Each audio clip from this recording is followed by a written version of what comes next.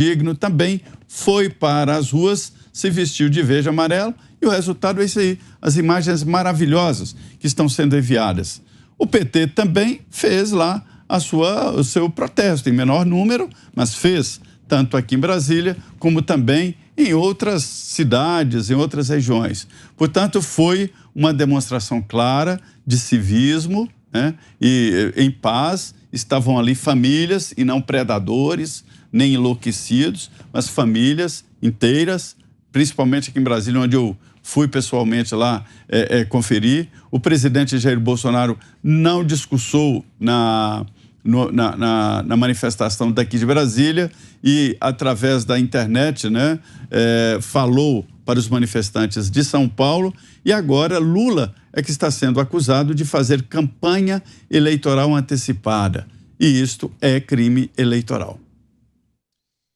Análise agora da Ana Paula Henkel. Bom começo de semana por aí, Ana. Boa tarde.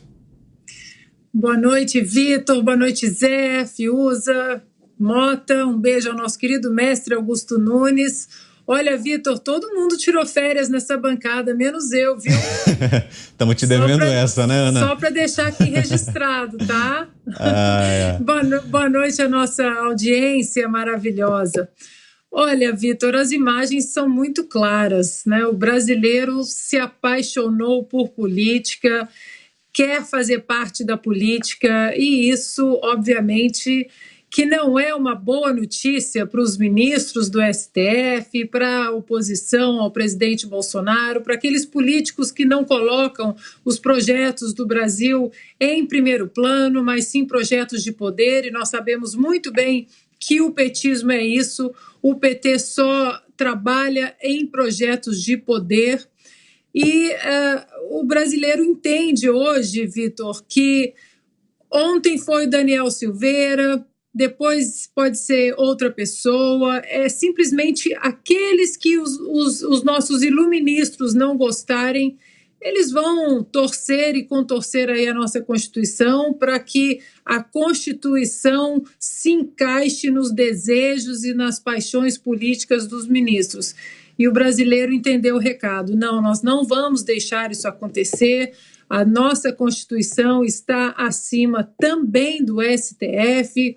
E agora Lula tem que brigar com as imagens que nós vimos ontem e com as ruas, né? Porque até agora, depois do fiasco de ontem, inclusive com shows, né? O Zé comentou também aí que agora ficou caracterizado como campanha eleitoral, sim, com cantoras famosas no palco, gritando Lula lá, mas gritando para ninguém, né? Um pastel de vento.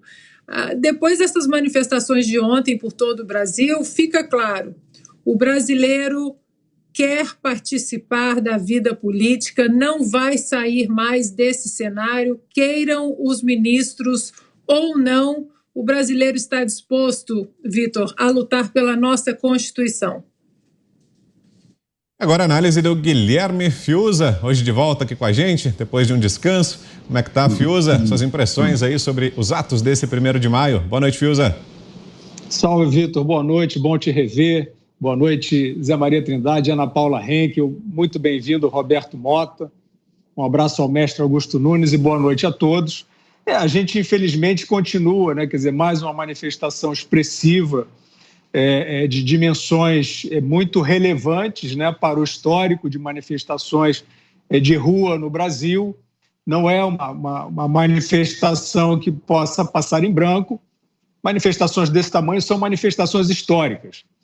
Infelizmente, uma parte da sociedade, né, que é uma parte da elite, né, eu não gosto muito de usar esse termo, porque fica parecendo caricato, mas é só a elite que tem, hoje em dia, nesse pedaço aí meio degenerado, que está fazendo a operação vista grossa. Não vê gente, não vê povo, e quando vê, acha que pode dizer, que pode fantasiar aí com as suas alegorias. Quais são as alegorias, Vitor? Ou o bolsonarismo é antidemocrático, ou o bolsonarismo é irrelevante, ou o bolsonarismo está dividindo o país com o lulismo. tudo mentira, né? A gente aqui está apenas consagrando o que os nossos olhos veem. Tudo mentira.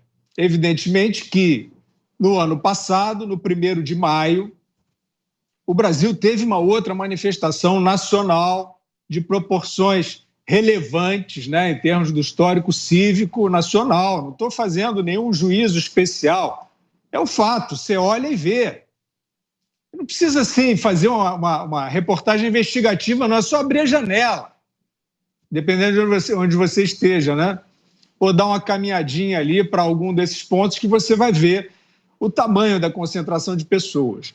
Mas existe uma parte, um pedacinho, né, dessa elite, ex-elite, né, dessa gente fisiológica arraigada, que não quer democracia mais e que acha que com um conjunto aí de manchete, uma foto malandra, né, um depoimento picareta, uns retoques aqui e ali no noticiário, acha que pode desfazer essa relevância, acham que tem esse poder. Então vamos didaticamente dizer aqui o que é isso que nós estamos vendo, que vocês estão vendo na tela. Isso não é um bolsonarismo.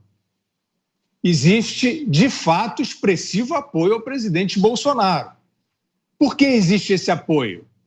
Porque é uma questão, uma fé partidária? Não, não é por isso.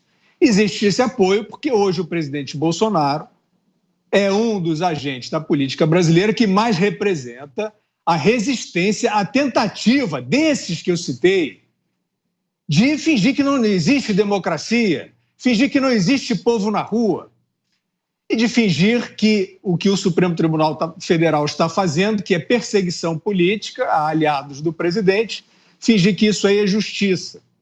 É por isso que essas pessoas estão na rua, não é por nada mais. É porque o Supremo quer, por exemplo, e está ensaiando isso, está ameaçando fazer isso, quer perseguir a liberdade de expressão durante a eleição. Existe um projeto de lei de fake news, que é a lei da mordaça, que o Congresso está apressadíssimo para tentar aprovar, que daria ao Supremo poderes absolutos para julgar quem fala e quem cala a boca. É por isso, senhoras e senhores, desistentes da democracia, é por isso que essas pessoas todas estão na rua. E elas estão mostrando a vocês a força delas. Elas estão mostrando a vocês que esqueceram o que é democracia.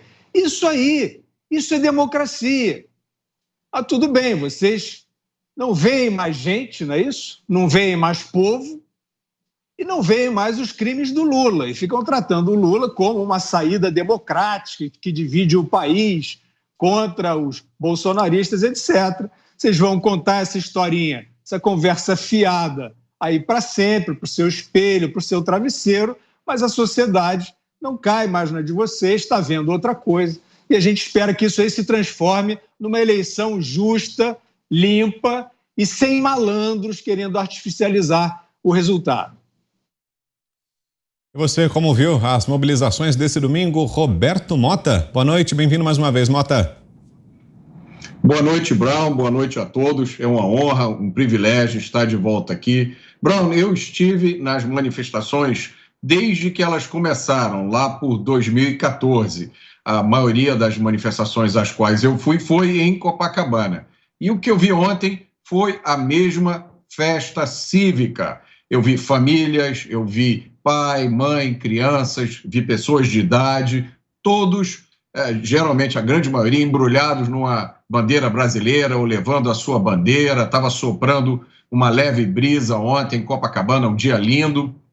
Foi mais uma manifestação 100% pacífica, democrática, com um senso de fraternidade, de patriotismo, unindo a todos. Foi uma manifestação de apoio ao presidente Jair Bolsonaro, porque o presidente Jair Bolsonaro, como disse o Fiuza, ele simboliza, ele representa um Brasil que está cansado da corrupção, um Brasil que está cansado de autoritarismo, um Brasil que está cansado de ideologia que nos persegue em todos os lugares. Então, a manifestação ontem teve esse caráter. E teve também o caráter de repúdio às tentativas de ataque à liberdade que nós todos vimos se multiplicarem nos últimos tempos, especialmente ataque à liberdade de expressão, cancelamento de vozes, até prisão, banimento de pessoas por um crime que não existe, o crime de opinião.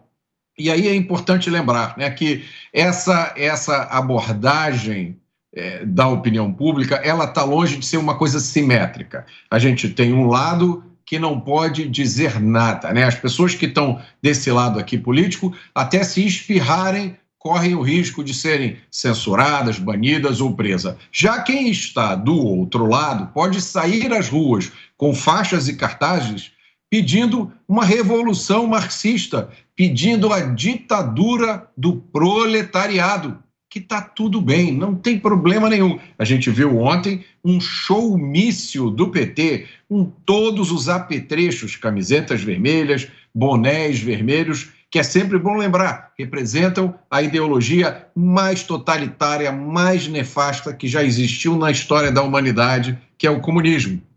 A gente viu ontem, Brown, um representante, um líder político que vai concorrer às eleições ao governo de São Paulo esse ano, pronunciar uma frase terrível. O senhor Fernando Haddad disse, se referindo ao presidente Jair Bolsonaro, este homem precisa ser contido.